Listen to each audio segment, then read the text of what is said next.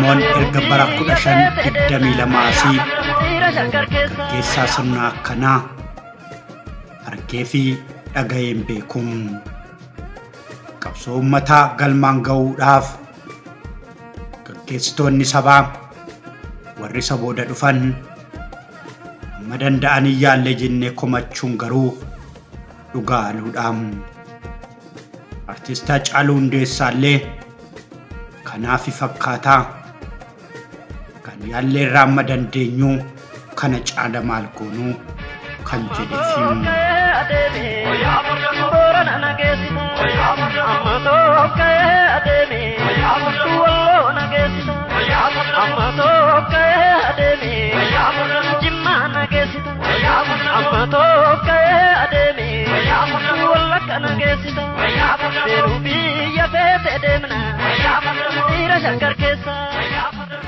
namni kun biyya Oromoo saamamee daangaa dachee isaa sarbamee deebisee ijaaruudhaa hanga cinna gadaa Oromoo deebisuutti nama fulla'eedha.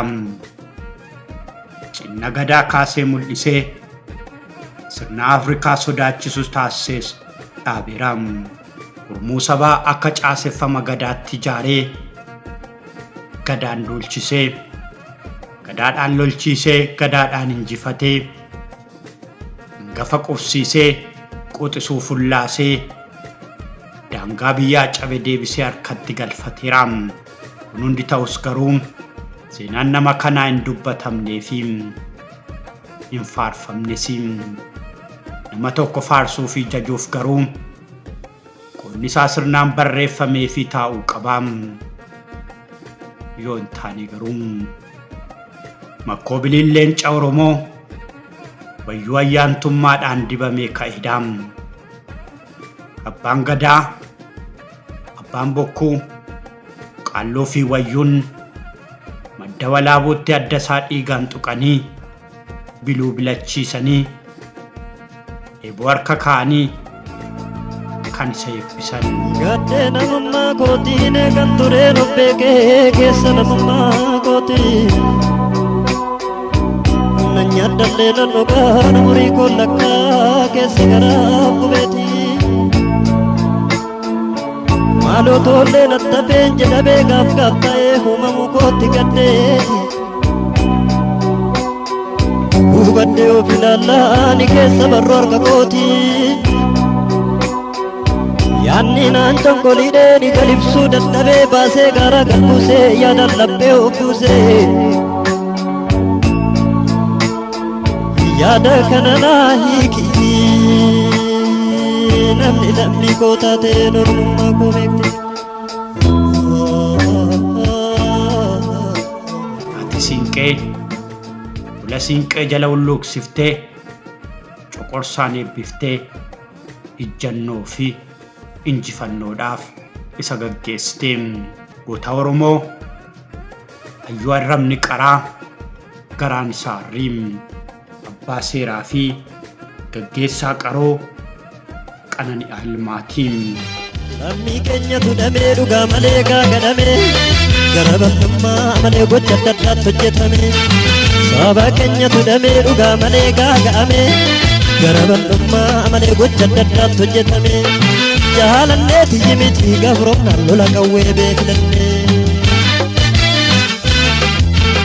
Rakkoo jaaffaa keessaa lola kaaba biyyattii irraa fi alaan Oromoo irratti banameen Oromoon hedduun cabee ture. Lafti isaa jalaa saamamee sirni isaa jalaa diigamee namni fi biyyi isaa jalaa bittinnaa'ee ture. Sanaanis lafoonni Oromoo kaaba biyyattii jalatti weerartootaan ni fudhatamanii lafti Oromoos bulchiinsa Ormaa jalatti kufee namni Oromoos dirqisiifamee afaan Ormaa dubbatee mootii moofaa durii jalatti akka bulu taasifamee ture. Hayyuu fi wayyuun abbaa gadaa fi qaalluun kana hunda arguurraa gadaa isaa haaromfatee gadda isaa gadaadhaan ofirraa cabsuudhaaf madda walaabuutti jila tarii seenaa Oromoo keessatti isa guddaa fi jalqabaa ta'ee ni jileeffateem. Ila kanarratti bulchiinsi Odaa Nabee, Odaa Bultum, Odaa Bulluqii fi Odaa Bisilmartuu rakkoo fi dhiphoo isaanitti dhufeef furmaata barbaaddachuudhaaf gara Odaa Roobaatti wal kahaniim. Odaa Roobaam.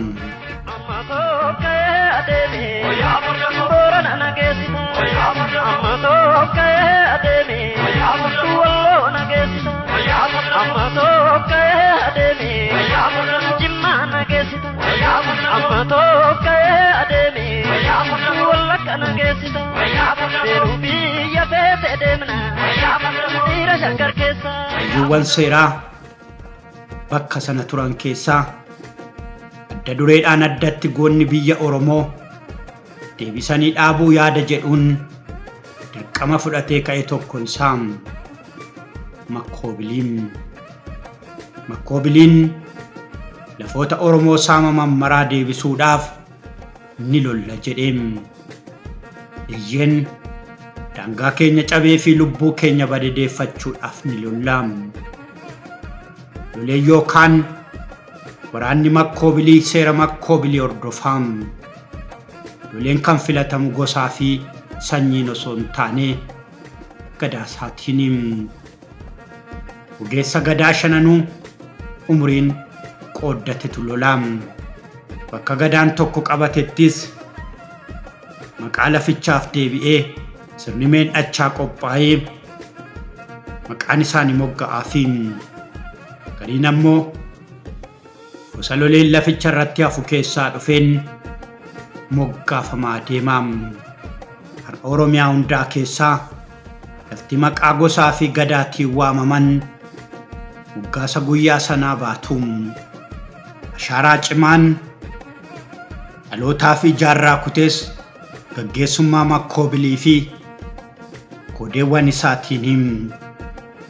Fakkeenyaaf Boojjii Birmajjiin lafa gadaan Birmajjii booji'ee qabateedhaam. Kana biraan ammoo Harargee keessaa bakki Kombolcha jedhamu ni jiraam. Moggaasni maqaa lafaa kun Waloo fi Wallagga keessas akkasumaam.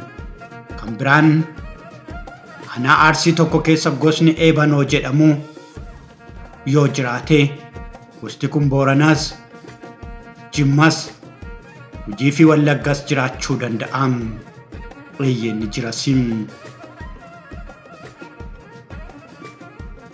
Kun egaa loleen Makkoobiliin lolee gadaan lolaa turuusaa agarsiisaam. Keessaa lafa Awaash gamanaan jiru hanga daangaa Muggii fi Kafaatti kan Oromoof deebise leencicha ilma Oromoo Makkoobilii kanaam. Kanarraa kan ka'e namoonni baay'een iddoo dhaloota isaallee wallaalanii Makkoobiliin eessaa eessatti dhalatee jedhanii wal gaafatuum. Eeyyeen dhugaadhaam. Makkoobiliin iddoo dhalootaa hin dhabuum. Kan hundaa waan ta'eef iddoo hundaatti waan argameef iddummaan isaa nama rakkise malee. Makkoobiliin dandeettii gaggeessummaa addaa qabaam. Seerota maatii, seerota bulchiinsaa, seerota lolaa fi seerota dubbii ittiin fixan hundaa tumee qabaam. Seerri isaa kun seera isa jalqabaa Afrikaatiyyuu jedhamuu ni danda'amaam. Garuu maal godhuun wanni seenaa hojjetaa beekaan ammoo seenaa isaa qoratee barreessa jedhamullee kan isaa dhugaa fi seenaan hincaana dalaa ta'ee kan warra seenaa hin qabne dhaadhessaaf neem hinduutee yaa shaganaa feerroodhaan sirratti ijaaramanaam. Tarii seerri isaa kun akka addunyaattuu seera qabatamaan akka kanaa bara sanatti dhibuu malaam. Garuu immoo kanas deebiin isaa kan qorattootaatiin. Seerota isaa keessaa yoo lafa qabamee jiru argitan lafa abboo fi ayyoo jedha waamaam. Yoo isaan afaan Oromootiin dubbatan bira darbaam.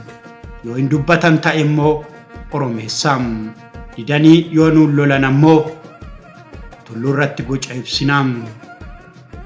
Gadaan dhiyoo jiruu isaaniif birmatee dubbiyaa fixu jedhaam. Kun kan agarsiisu kaayyoon makkoo biliifaa lafa saamame deebisuudhaaf malee dhiiga namaa dhangalaasuudhaaf mitiim. Kaayyoon isaas ta'ee kaayyoon Oromoo lafa haaraas qabachuu mitiim.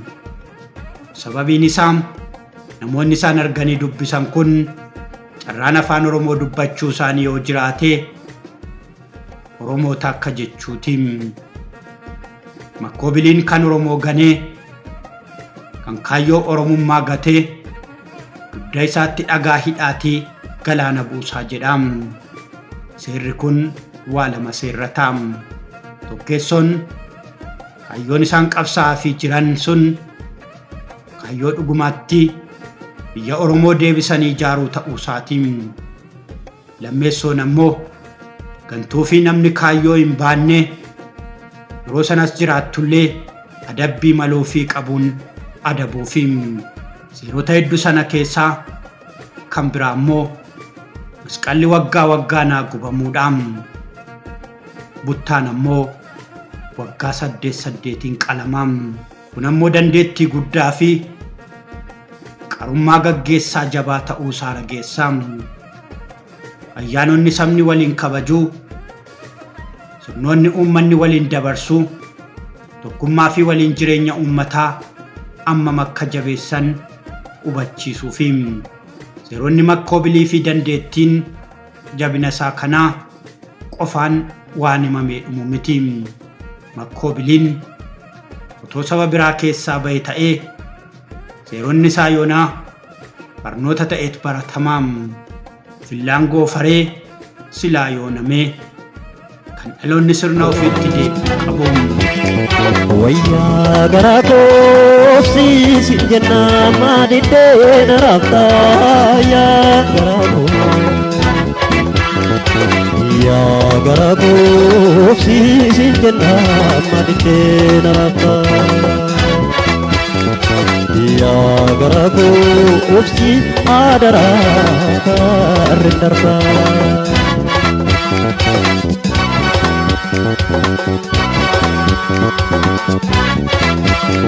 Jaarraa kudarfaffaan dura yaa Oromoo roobina uummata keenya tamannaani.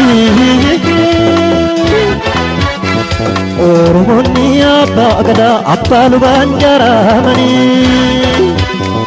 Seenaa boonsaa galmeessanii abbootiin keenya garaa dhugaatti darbanii.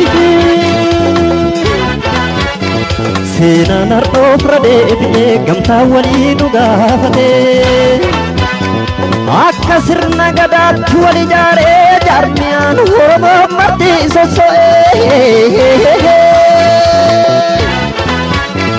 Ka'e qabsoot kaane ustee teessee kan dhagaamne waltajjabbii nuti taati guyyaa Oromiyaan bilisoome. Ka'e garqabsooti loli biyya keeti har'aan nuti teessee borsee naasittaati. Qabsoon kun naaf miti ka tokko dhiisanii teessee fittiin qoosini lakyaa muruun beekne. Oromummaan keetuu diinaaf dhiree ta'uun beektu akka waan bilisoomtee ka'aafattee jirtu.